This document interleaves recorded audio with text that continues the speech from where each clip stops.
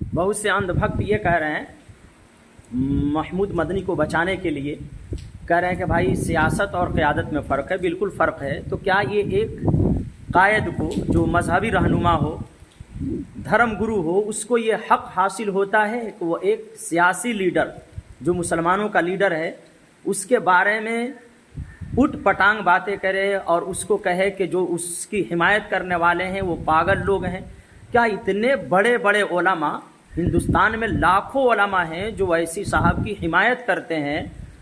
خالد سیف اللہ صاحب رحمانی، مولانا خالد سیف اللہ صاحب رحمانی کتنا بڑا عالم، کتنا بڑا عالم، وقت کے امام ابو حنیفہ ثانی ہے وہ، الحمدللہ.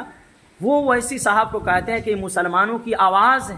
یہ ان کا بھی اپمان ہے. لاکھوں علماء کا اپمان کیا ہے محمود مدنی صاحب نے، لاکھوں عوام کا دل دکھایا ہے. معافی مانگنی چاہیے ان کو.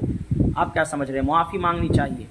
مولانا محمود مدنی صاحب نے جو کہا ہے کہ جو ویسی کے بیان سنتے ہیں وہ پاگل ہیں، جو ان کے مجمع میں آتے ہیں وہ پاگلوں کی بھیڑ ہوتی ہے، یہ بالکل بکواس ہے، بالکل واہیات ہے، بالکل غلط ہے. آپ مذہبی رہنما ہیں تو آپ مذہبی رہنما والا کام کریں نا.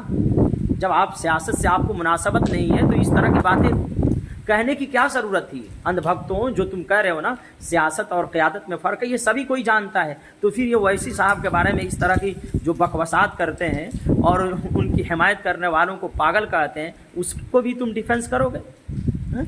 یعنی ایک تھوڑی بہت بھی عقل رکھنے والا انسان یہ سمجھ سکتا ہے کہ محمود مدنی صاحب نے جو کچھ بھی کہا ہے وہ بالکل دشمنی میں نکل کر کہا ہے. انصاف کا دامن انہوں نے چھوڑ دیا ہے.